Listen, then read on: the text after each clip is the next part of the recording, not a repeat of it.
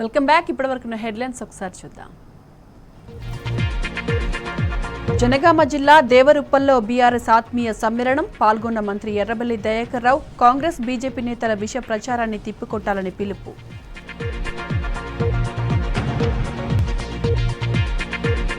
హైదరాబాద్ సరూర్ నగర్ డివిజన్లో ఇండ్ల పట్టాల డిస్ట్రిబ్యూషన్ జీవో 58 ద్వారా నమోదు చేసుకున్న వారికి పంపిణీ లబ్ధిదారులకు అందించిన మంత్రి సబిత.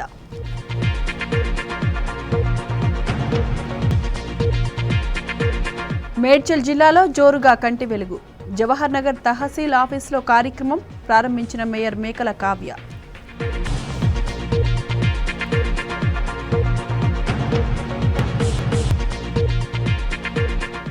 అకాల వర్షాలకు ఇల్లందు నియోజకవర్గంలో దెబ్బతిన్న పంటలు క్షేత్రస్థాయిలో పర్యటించి పరిశీలించిన జిల్లా కలెక్టర్ రైతులను అన్ని విధాలుగా ఆదుకుంటామని హామీ.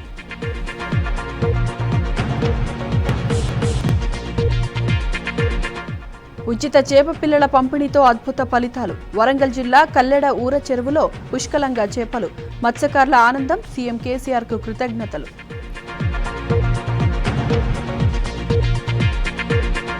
సూర్యాపేట జిల్లా పెద్దవీడు శివార్లో రోడ్డు ప్రమాదం టాటా ఏస్ను ఢీకొట్టిన డీసీఎం 15 మందికి గాయాలు హుజూర్ నగర్ ఏరియా ఆసుపత్రికి తరలింపు.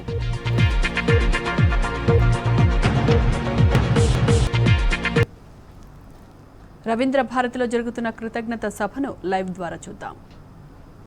उसमें उन्होंने जनरल बातें भी कॉन्स्टिट्यूशन के बारे में कही और उसमें से सबसे बड़ा इंपॉर्टेंट मुद्दा यह जो समझ लेना चाहिए वो ये है कि उन्होंने कहा पहले 1919 में वोट देने का अधिकार किसको था?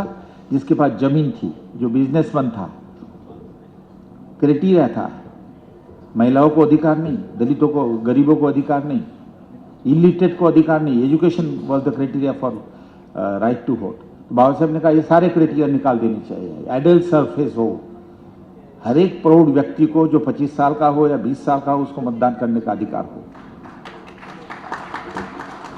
दूसरी बात उन्होंने की वो ये की कि जो रिप्रेजेंटेटिव सेंट्रल असेंबली में या प्रोविंशियल असेंबली में जाते हैं वो इलेक्शन के थ्रू जाए, नॉमिनेशन के थ्रू नहीं। पहले नॉमिनेशन के थ्रू होते थे। नॉमिनेशन का फायदा यह है कि सरकार जो चाहे अपना आदमी भेज सकता है, लेकिन उन्होंने कहा इलेक्शन हो।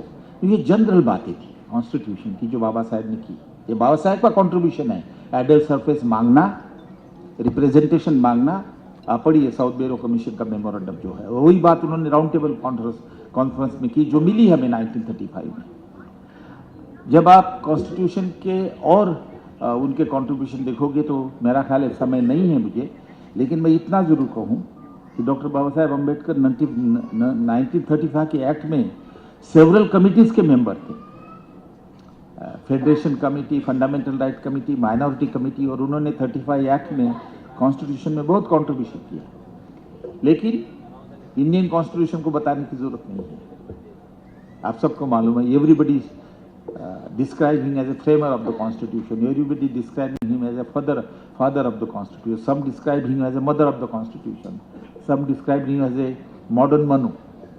तो इतना कंट्रीब्यूशन उनका है। और ये कॉन्स्टिट्यूशन असेंबली का जो थैंक गिविंग सेरेमनी हुआ जैसा आज हो रहा है उसमें जिन्होंने भाषण दिए उसमें है। लेकिन कुछ बातें उसके बारे में कहनी पड़ेगी जो बाबा साहब का कंट्रीब्यूशन कॉन्स्टिट्यूशन में इसमें रहा है कि एडल्ट सफरेज तो उन्होंने दिया ही है, लेकिन उन्होंने प्रोविंशियल ऑटोनॉमी का कॉन्सेप्ट लाया, प्रोविंशियल सिविल सर्विस लाई, इंडियनाइजेशन ऑफ सर्विस किया और फंडामेंटल राइट सबको मिले। नेशनल इंटीग्रेशन करने के लिए उन्होंने सेंटर को थोड़ा सा स्ट्रांग बनाया। और राइट जो है डिफरेंट प्रिंसली स्टेट में डिफरेंस थे, प्रेसिडेंसी में डिफरेंस थे। एक यूनिफॉर्मिटी उन्होंने कॉन्स्टिट्यूशन के थ्रू लाई है जो बहुत लोगों को मालूम नहीं थी कैसे लाए। तो common fundamental right and common citizenship right, common military, common judiciary के बारे में लोगों को सब पता नहीं था। बाबा साहब को सवाल पूछा कि जुडिशरी कैसे होगी, तो उन्होंने कहा judiciary from top to the bottom एक ही रहेगी और इंडिपेंडेंट रहेगी। और प्रोविंशियल स्टेट के जो है उसके अधिकार उन्होंने ये किए। कॉमन सिविल कोड के फेवर में थे वो, और अभी भी है, हुआ नहीं कॉमन सिविल कोड। तो ये सारा जो उन्होंने ये की, इंटीग्रेशन कंट्री में लाया है, कॉन्स्टिट्यूशन में प्रोविजन देखिए तो एक देश को बांधा है उन्होंने, एक सूत्र में बांधा है जो फ्रैगमेंटेड स्टेट था। मैं उसमें उनका रोल ज़्यादा समय आपको नहीं दूंगा, ये वक्त नहीं करूंगा, लेकिन ये हुआ कॉन्स्टिट्यूशन का और इंडिपेंडेंस का। स्टेट रीऑर्गेनाइजेशन का जब सवाल आया, स्टेट रीऑर्गेनाइजेशन दलितों का इशू नहीं था, स्टेट रीऑर्गेनाइजेशन का सवाल आया तो सरकार ने कमेटी बनाई और उन्होंने कहा 1 language 1 state. Doctor Baba Saheb Ambedkar ने अपना समय निकाला और थॉट्स ऑन लिंग्विस्टिक स्टेट किताब लिखी और महाराष्ट्र के ऊपर लिखी, और उन्होंने भिन्न विचार दिए अपने। उन्होंने कहा यहाँ लैंग्वेज बेस होना चाहिए स्टेट का, लेकिन एक लैंग्वेज की एक ही स्टेट क्यों हो, बहुत सारे स्टेट भी हो सकते हैं, छोटे स्टेट बनाओ, लोगों को पार्टिसिपेशन मिलेगा। अब Telangana Dalit are enjoying their participation by having a small state. Experience हुआ, बाबा साहब ने जो कहा कि स्मॉल स्टेट हो तो सोशल माइनॉरिटीज को और रिलीजियस माइनॉरिटी को पार्टिसिपेशन और शेयर और पावर में बढ़ता है, और मैं देख रहा हूँ तेलंगाना में दलित जो वाइब्रेंटली पावर में जो शेयर कर रहा है, वो बाबा साहब के विचारों का एक फलित है। लेकिन बाबा साहब ने कहा कि भाई एक लैंग्वेज के बहुत सारे स्टेट हो, स्मॉल स्टेट हो, बहुत सारे नहीं 2-3 हो, वायबल हो, और ऐसी स्टेट बनाया जाए कि जिससे एक पर्टिकुलर कम्युनिटी माइनॉरिटी में ना आ जाए। तो ये 4 क्राइटेरिया देके उन्होंने अपनी अलग से रिपोर्ट निकाली और उन्होंने मैप दे दिया और अपने स्टेट बनाए।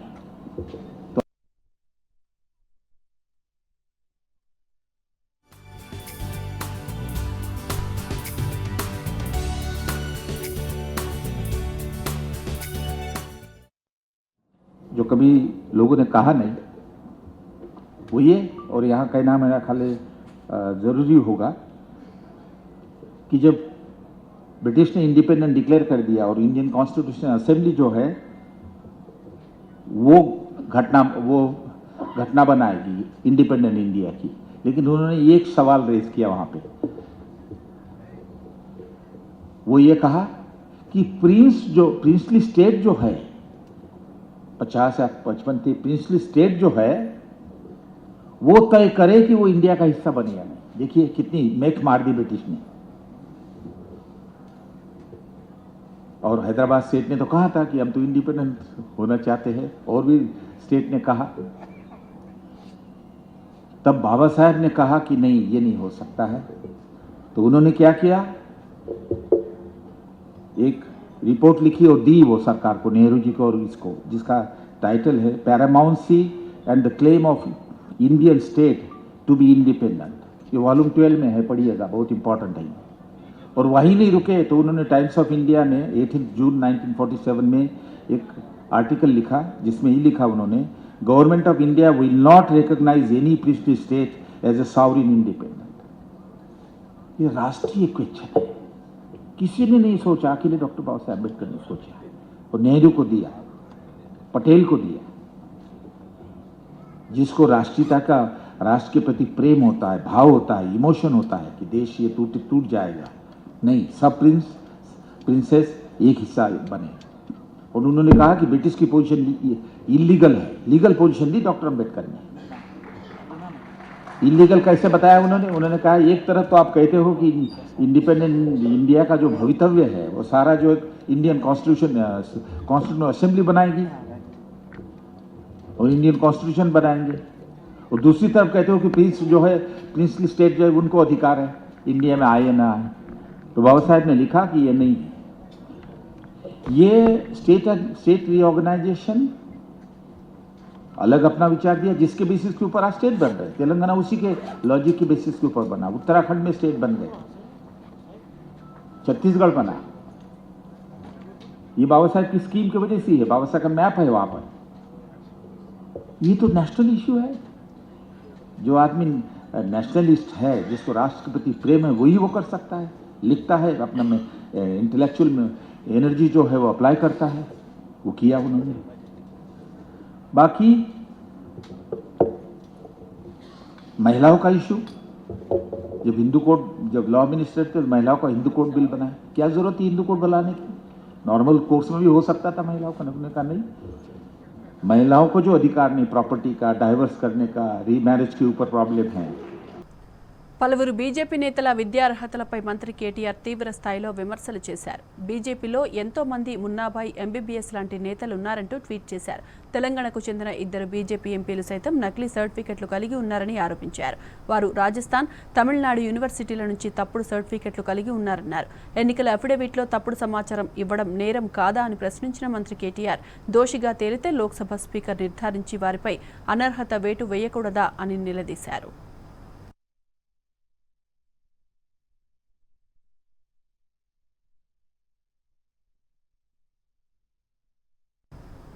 గద్వాల జిల్లాలో కరెంటు, మంచినీటి కష్టాలు తీర్చిన ఘనత తెలంగాణ ప్రభుత్వానిదన్నారు ఎమ్మెల్యే బండ్ల కృష్ణమోహన్ రెడ్డి. కేటిదొడ్డి మండలం నందిన్న గ్రామంలో జరిగిన ఆత్మీయ సమ్మేళనంలో ఆయన పాల్గొన్నారు. తెలంగాణ రాష్ట్రానికి ముందు ప్రస్తుతం అభివృద్ధి ఏ విధంగా జరిగిందో అందరికీ తెలుసన్నారు. మేము పనిచేశాం కాబట్టే ప్రజల్లో ధైర్యంగా తిరుగుతున్నామన్నారు. ప్రజల ప్రశ్నలకు సమాధానం చెప్పలేని బీజేపీ నేతలు గ్రామాల్లోకి వెళ్లాలంటేనే భయపడిపోతున్నారని ఎమ్మెల్యే బండ్ల కృష్ణమోహన్ రెడ్డి ఎద్దేవా చేశారు. సన్మానించాల్సిందిగా కోరుతా ఉన్నాం. ఎమ్మెల్యే గారిని సన్మానించిన అన్ని కూడా వస్తాయి. 2 చేతులు ఎత్తాల ఏదైనా మొబ్బొక్కింది, అందరికి దయచేసి నమస్కరిస్తున్నాను. ఎందుకంటే మీరందరూ అవకాశం ఇచ్చినందుకే నేను ఎమ్మెల్యేగా కాగలిగిన. అభివృద్ధి అనేది ఇప్పటి వరకు కూడా ఎందుకంటే అందరు కూడా స్కీమ్ల గురించి మీకు చెప్పక్కర్లేదు. రైతు బంధు వస్తుంది, రైతు బంధు అనుభవిస్తున్నాం, రైతు ఇన్సూరెన్స్ వస్తుంది, రైతు ఇన్సూరెన్స్ తీసుకుంటున్నాం. అదేవిధంగా కళ్యాణ లక్ష్మి పెన్షన్ ఎన్ని రకాలుగా ఉన్నామో అన్ని రకాలు కూడా ప్రజలకు వస్తున్నాయి. ఎవరు కూడా ఒక కాగితం పెట్టలేక్కర్లేదు, ఒకరికి అప్లికేషన్ ఇవ్వక్కర్లేదు. ఎవరు కూడా మధ్యవర్తి లేకుండా మీ అందరు కూడా మీ చెంతలు వస్తున్నాయి. అవల్ల కూడా నేను ప్రత్యేకంగా చెప్పక్కర్లేదు. ఎందుకంటే బీజేపీ నాయకులు, వివిధ రకాల పార్టీ నాయకులు రాబో కాలంలో వస్తున్నారు. మనం గతం కూడా తెలుసుకోవాలా. మొన్ననే మనం ప్రతి ఇంటి మీద జెండా కట్టుకున్నాం, గుర్తుందో లేదో. ఒక 3 నెలల క్రితం అందరు కూడా ప్రతి ఇంటి మీద త్రివర్ణ పతాకం ఎందుకు ఎత్తుకున్నామంటే 75 సంవత్సరాలు మనకు స్వతంత్రం నిండినందుకు, 70 సంవత్సరాలు నిండినందుకు వజ్రోత్సవాల సందర్భంగా ప్రతి ఇంటి మీద మనం జెండాలు ఎత్తుకున్నాం. రామగుండం మున్సిపల్ కార్మికుల సమస్యలు పరిష్కరిస్తామన్నారు ఎమ్మెల్యే కోరుకంటి చందర్. పెద్దపల్లి జిల్లా గోదావరిఖని ఎమ్మెల్యే క్యాంప్ ఆఫీసులో ఏర్పాటు చేసిన ఆత్మీయ సమ్మేళనంలో ఆయన పాల్గొన్నారు. విపత్కర పరిస్థితుల్లో విధులు నిర్వహిస్తున్న మున్సిపల్ కార్మికులను అన్ని విధాలుగా ఆదుకునేందుకు ప్రభుత్వం సిద్ధంగా ఉందని ఎమ్మెల్యే కోరుకంటి చందర్ అన్నారు. కార్మికులు ఎవరికైనా ఆరోగ్య సమస్యలుంటే తన దృష్టికి తీసుకురావాలని, విజయమ్మ ఫౌండేషన్ ఆధ్వర్యంలో 5 లక్షల రూపాయల ప్రమాద బీమా సౌకర్యాన్ని కల్పిస్తామన్నారు. ఖమ్మం జిల్లా కారేపల్లి మండలం మాణిక్యారంలో ఎమ్మెల్యే రాములు నాయక్ ఆధ్వర్యంలో బీఆర్ఎస్ పార్టీ ఆత్మీయ సమ్మేళనాన్ని నిర్వహించారు. ఈ కార్యక్రమంలో స్థానిక ప్రజాప్రతినిధులు, బీఆర్ఎస్ నాయకులు, కార్యకర్తలు పెద్ద ఎత్తున పాల్గొన్నారు. సీఎం కేసీఆర్ పాలనలో తెలంగాణ అభివృద్ధి చెందిందని ఎమ్మెల్యే రాములు నాయక్ అన్నారు. గులాబీ శ్రేణులు సంక్షేమ పథకాలను గడప గడపకు తీసుకెళ్లి బీఆర్ఎస్ పార్టీని మరింత బలోపేతం చేయాలని కార్యకర్తలకు దిశానిర్దేశం చేశారు.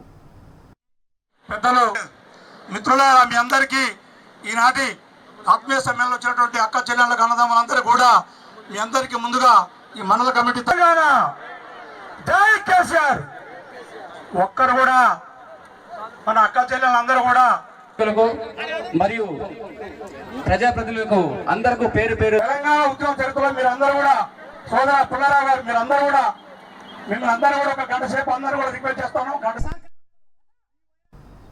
బీజేపీ చేస్తున్న కుట్ర రాజకీయాలను తిప్పికొట్టాలని ఎమ్మెల్యే బేతి సుభాష్ రెడ్డి బీఆర్ఎస్ కార్యకర్తలకు పిలుపునిచ్చారు. ఉప్పల్ నియోజకవర్గం చిలుకానగర్ డివిజన్లో ఏర్పాటు చేసిన బీఆర్ఎస్ పార్టీ ఆత్మీయ సమ్మేళనానికి ఎమ్మెల్యే హాజరయ్యారు. సమ్మేళనంలో స్థానిక ప్రజాప్రతినిధులు, బీఆర్ఎస్ కార్యకర్తలు పెద్ద ఎత్తున పాల్గొన్నారు. కార్యకర్తలు ఇంటింటికి వెళ్లి సంక్షేమ పథకాల గురించి ప్రజలకు వివరించారని దిశానిర్దేశం చేశారు. బీజేపీ కాంగ్రెస్లకు ఎప్పుడూ ఓట్లు నోట్ల గొడవే తప్ప ప్రజా సంక్షేమం పట్టదని ఎమ్మెల్యే జీవన్ రెడ్డి మండిపడ్డారు. తెలంగాణలో అభివృద్ధి జరగని పల్లె లేదు, సంక్షేమ పథకాలు అందని ఇల్లు లేదన్నారు. మీకోసం మీ జీవన్ రెడ్డి అనే కార్యక్రమంతో ఆర్మూరు మండలంలోని చేపూర్లో ఆయన విస్తృతంగా పర్యటించారు. గ్రామంలో కలియ తిరుగుతూ ప్రతి ఒక్కరిని పేరు పేరున పలకరించి వారి యోగక్షేమాలు అడిగి తెలుసుకున్నారు. అనంతరం స్థానికంగా చేపట్టిన పలు అభివృద్ధి పనులను పరిశీలించారు.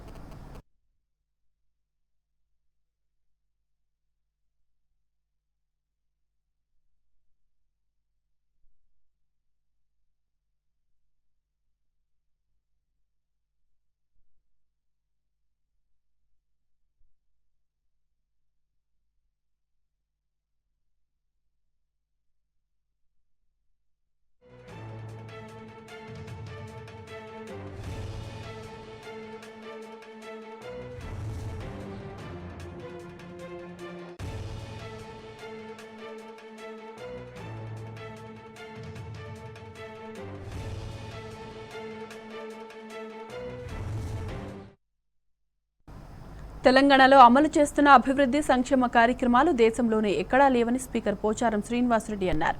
నిజామాబాద్ జిల్లాలోని టాక్లీలో కోటి రూపాయలతో నిర్మించిన వంతెన కల్వర్ట్ను ప్రారంభించిన పోచారం శ్రీనివాసరెడ్డి బీజేపీ పాలిత 20 రాష్ట్రాల్లో ప్రజలు నానా కష్టాలు పడుతున్నారన్నారు.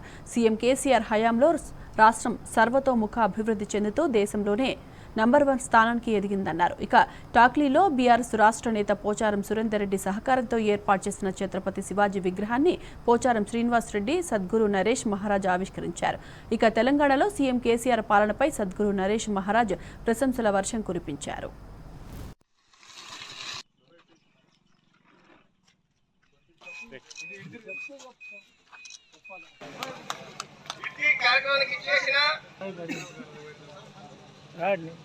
డబల్ బెడ్రూమ్ మా విలేజ్ల ముందు 20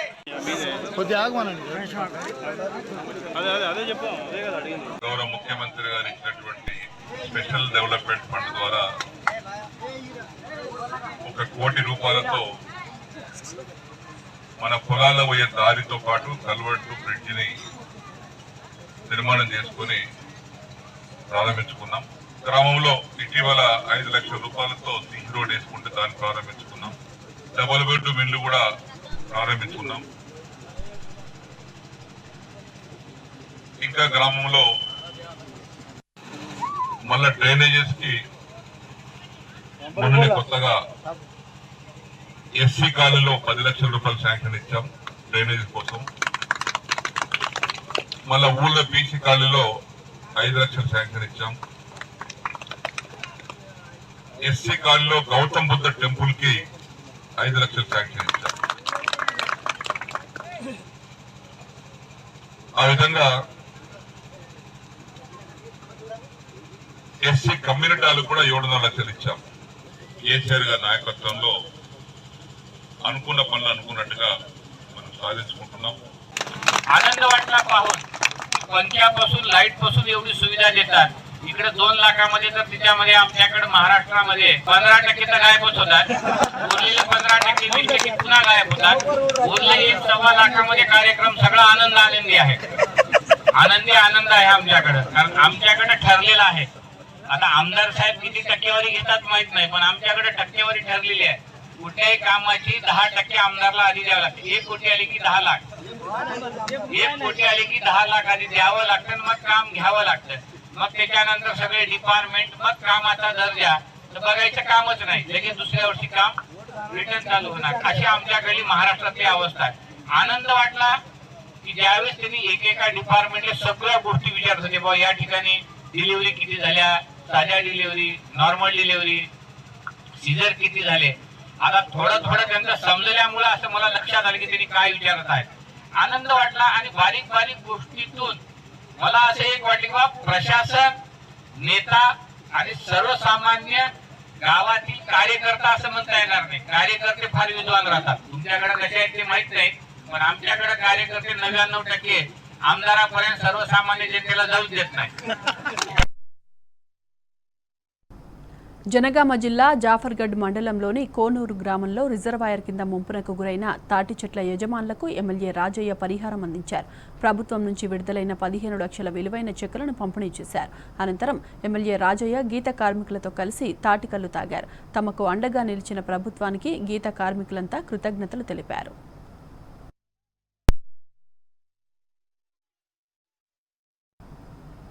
జగిత్యాల జిల్లా కొడిమ్యాల మండలం పూడూరులో బీజేపీ గ్రామ శాఖ అధ్యక్షుడు బక్కశెట్టి శ్రీనివాస్కు ఎమ్మెల్యే సుంకె రవిశంకర్ రైతు బీమా ప్రొసీడింగ్ చెక్కును అందజేశారు.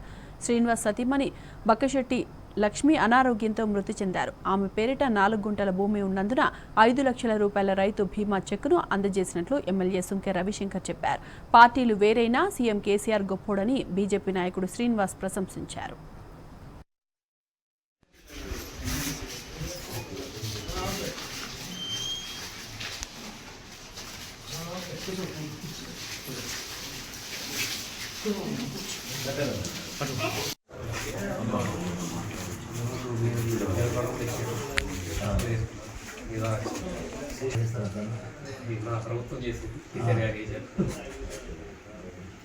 దేశంలో ఏ ప్రభుత్వం సార్లు గుర్తుపెట్టుకోవాలి. అట్లా ఖచ్చితంగా ప్రభుత్వం మనది కేసీఆర్ మన ముఖ్యమంత్రి గౌరవించాల్సిందే. పార్టీ ఏదైనా కానీ ముఖ్యమంత్రి గౌరవించడం వ్యవసాయం.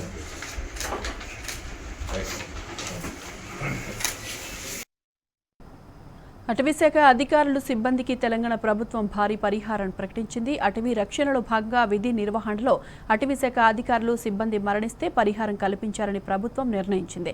మరోవైపు ఉమ్మడి ఏపీతో పాటు చాలా రాష్ట్రాల్లో అసాంఘిక శక్తుల దాడుల్లో అటవీశాఖ సిబ్బంది మరణిస్తే పరిహారం అందడం లేదు. కేవలం తెలంగాణ ప్రభుత్వం మాత్రమే విధానపరమైన నిర్ణయం ప్రకటించింది. ప్రభుత్వం తీసుకున్న నిర్ణయంపై సంతోషం వ్యక్తం చేసిన పలు అటవీశాఖ ఉద్యోగ సంఘాలు సీఎం కేసీఆర్కు కృతజ్ఞతలు తెలిపారు.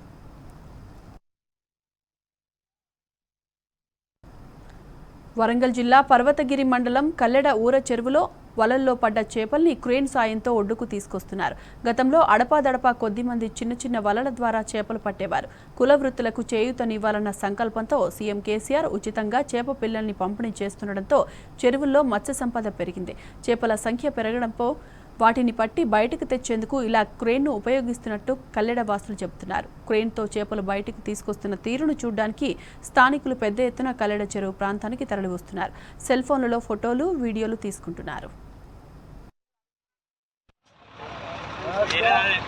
ఎన్ని రౌండ్లు కొట్టింది? 3వ రౌండా? అంటే ఒక్కొక్కటి 3 తిరుమల శ్రీవారిని పలువురు ప్రముఖులు దర్శించుకున్నారు. ఇవాళ ఉదయం వీఐపీ విరామ సమయంలో తెలంగాణ ఎమ్మెల్సీ తక్కళ్లపల్లి రవీందర్రావు, ఎంపీ మాలోతు కవిత స్వామివారి సేవలో పాల్గొని మొక్కులు చెల్లించుకున్నారు. దర్శన అనంతరం రంగనాయకుల మండపంలో వేద పండితులు వేద ఆశీర్వచనం అందించగా ఆలయ అధికారులు శ్రీవారి తీర్థ ప్రసాదాలు అందజేశారు. దేశ రాజకీయాల్లో నూతన అధ్యాయానికి కృషి చేస్తున్న సీఎం కేసీఆర్కు శ్రీవారి ఆశీస్సులు ఉండాలని కోరుకున్నట్లు వారు తెలిపారు.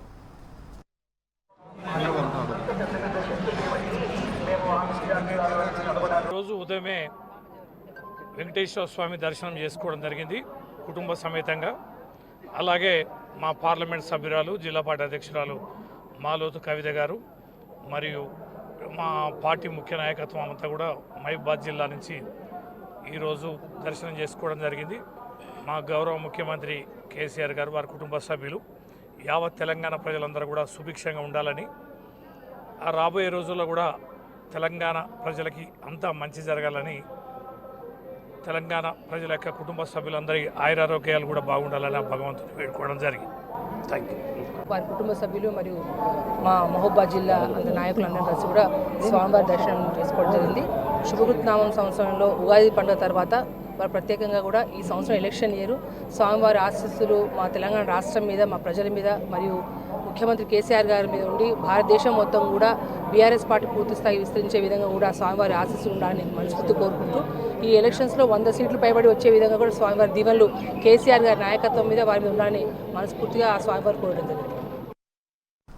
తిరుమలలో శ్రీవారి వార్షిక వసంతోత్సవాలు వైభవంగా కొనసాగుతున్నాయి. వసంతోత్సవాల్లో భాగంగా రెండవ రోజు శ్రీదేవి భూదేవి సమేతంగా శ్రీ మలయప్ప స్వామివారిని స్వర్ణ రథంపై తిరుమాడ వీధుల్లో ఊరేగించారు. అక్కడి నుంచి నేరుగా వసంత మండపానికి చేరుకున్న స్వామివారికి ప్రత్యేక పూజలు నిర్వహించారు. అర్చకులు స్వామివారికి పాలు, పెరుగు, చందనం, కొబ్బరి నీళ్లతో కలిపిన అలంకార స్వప్న తిరుమంజన నిర్వహించారు.